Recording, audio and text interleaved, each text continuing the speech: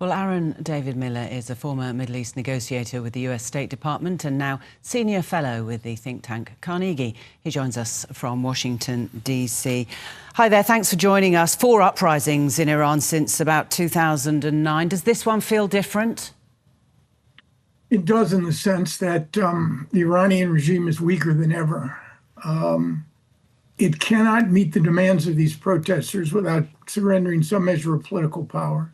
It doesn't have the resources to supplement budgetary requests, and it seems to me it's not ready to sort of crawl back to the United States to basically cut some sort of deal which would relieve the regime of a part of the sanctions that the U.S. and others have imposed.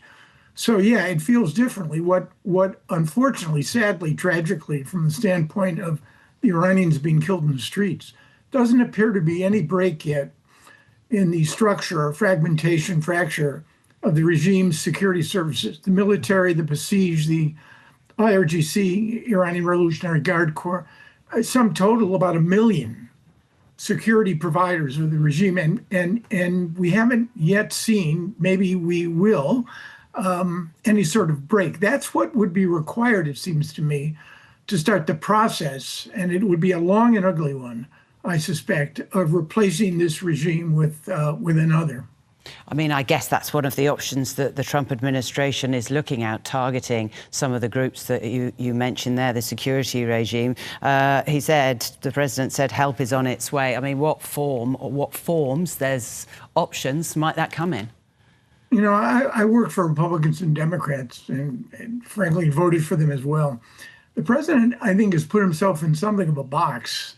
If he strikes and it doesn't fundamentally alter the trajectory on the balance of power between the regime and the protesters, there's going to be certain cost or consequence for that. If he doesn't strike, and here is where his predecessors perhaps can be faulted for not being supportive enough of the protesters. Donald Trump, every single day, in some variant or form, talks about help being on the way, or threatens powerful retaliation.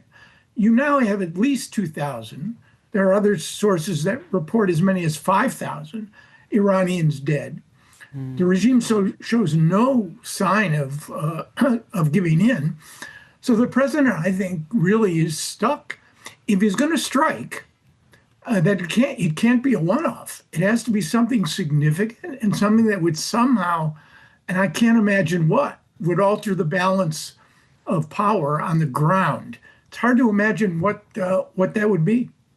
Really interesting, and we know of the history of going into countries and how long it takes for Western powers to get out of them in the Middle East once they have gone in.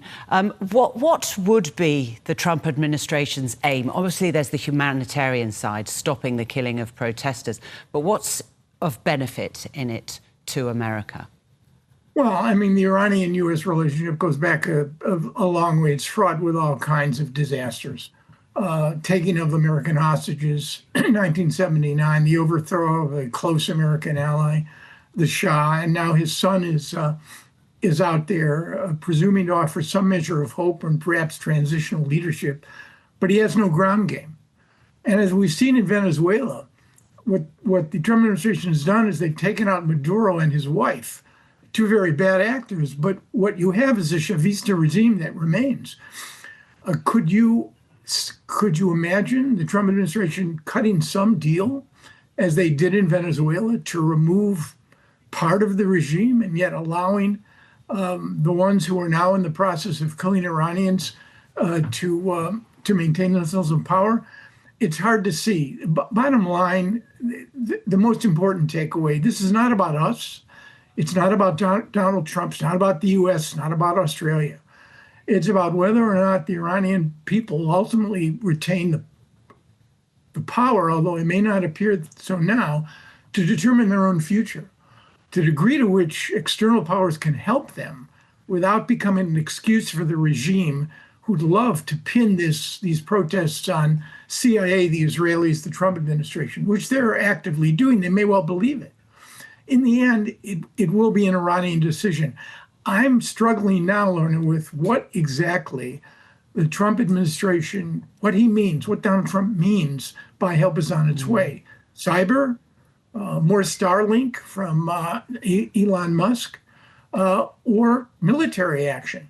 But I cannot parse out or unpack exactly how a significant Israeli military strike would affect the balance of forces, the balance of power, which now remain with the regime.